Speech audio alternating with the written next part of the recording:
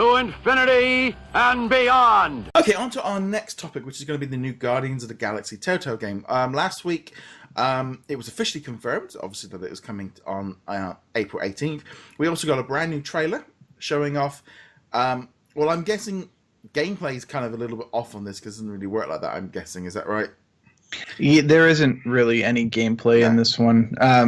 I think this was more just like an introduction and hey, here are what the character models look like. Here's what the voices sound like, and then not much else. Yeah, I mean, my initial impressions were it looks very good. It looks very crisp. It looks very clean.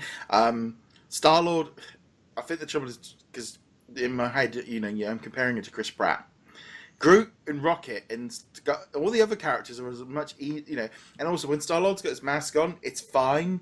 I think the face is always the issue. It looked great. It looks exciting. There was humor in there. You've obviously got the deal with Thanos. There was all this talk about the elevator thing being a little bit of a nod to Mass Effect with the. I've never played Mass Effect, so I obviously didn't. Just these slow elevators. I guess that's what they were sort of. Groot said something, and then I thought that was kind of cool. But only knowing that after I started reading the other sites. Yeah, I watched the trailer and I immediately was like, "Yeah, that's totally Mass Effect right there." Specifically the first one. They got rid of it in the second and the third one, but they had the elevators where there are transitions between scenes, and sometimes be like, "You're only going one floor. What's going on here? I've been sitting here for 10 minutes." But yeah, that was really good. The only issue I had, I think, was actually, and this is going to sound weird, the facial animations for Groot didn't really seem to match with what he was saying, and that's particularly weird.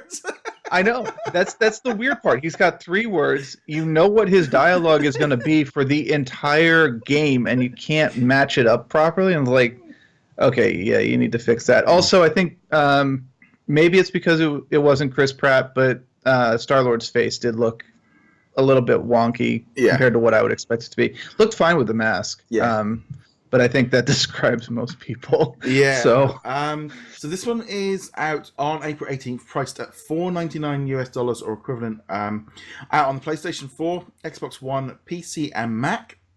There is a special season pass disc coming out on May the 2nd at retailers across North America for $29.99. And on May 5th at retailers everywhere else around the globe. The Season 1 includes Episode 1, Tangled Up in Blue, and will grant access to download the other 4 episodes as they released throughout the coming months of 2017. Additional platforms for these releases are yet to be announced. So that definitely kind of falls into the mobile market. Also, Switch could possibly in that. I'll be honest, the PlayStation Plus people at the minute can get 20% off pre-orders. So it only cost me $15.99 for the season pass. So I did pre-order it because it was along the lines of 15 quid, 5 episodes, it's a few pounds ago. It's like, having even never played it, it's like, I really can't argue at that price. It feels, I thought I might as well, I am going to play all 5 seasons. It makes sense to pre-board. I mean, I do find the whole thing of having a disc out where you just access the digital version, it does feel a little bit like release the disc version after you've got everything on the disc. That's the point of a disc. That defeats the point, really. Because, you're selling it to people who might not have an internet connection, or they might not want to hook their Xbox or PlayStation up to the internet. And so congratulations, you only get the first episode. Yeah. But it's just like, what if they have to? It's just physical, and it's like, I know they want to do it, but I think they've been doing this in the past where, for a few games. But I think they know they want to get the money from if it's in stores, people are more likely to buy it. I didn't see the price on the PlayStation Store for the US, but I'm guessing it's a lot less than the $29.99 price for the physical disc. I haven't actually checked, but if it follows the pricing of the other games, it'll be $24.99, and then PlayStation Plus will probably have a discount. I don't know. My PlayStation Plus expired this morning, or yesterday morning at this point, and I'm not going to be renewing it, so I'm not sure. Yeah, I'll be honest. My PlayStation Plus, I don't really play online, but The only time I really used it was when Battlefront came out. That I did use it a lot because you kind of have to play online with Battlefront.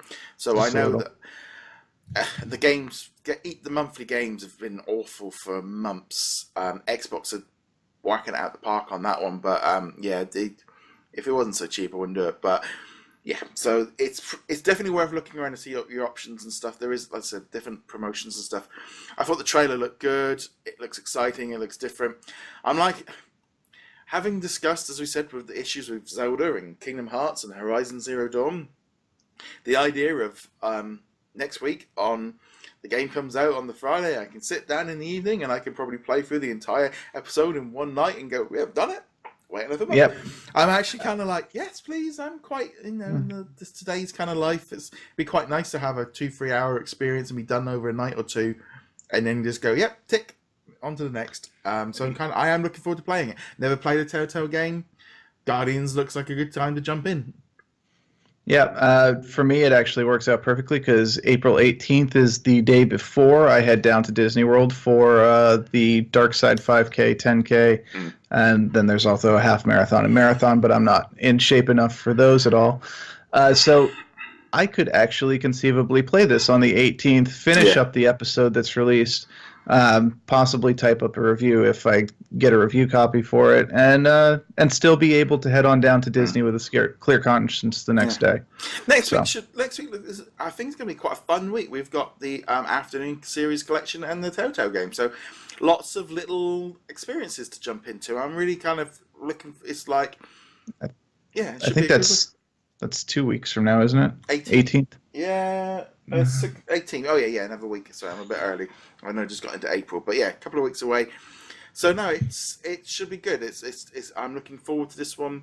I am wondering as well if the thing is for me is if I like this version, I'm probably very likely to pick up the Batman one just to kind of if I've been holding off on the Batman one a little bit, but I've seen it on lots of discounts and stuff. It'll be like, well, if I like the style, it depends because I'm not very good with cutscenes. I'm quite when I'm playing games and this game feels like it's just cutscenes and you choose. So I'm going to see how this works. So that's the thing. It's a lot of QuickTime events. Yeah. A lot of QuickTime events. And then making choices. And then a couple of scavenger hunts. Walk around the level, find all the little things that are marked for you to find and see how they work together into a puzzle. But that's pretty much what it is.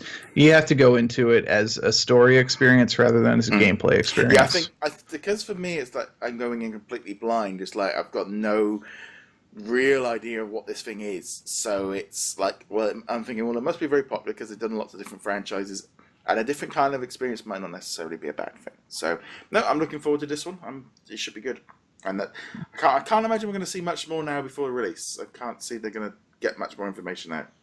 No, probably not. And they don't want to take any hype away from the movie, which is what Disney obviously is really banking on. So no.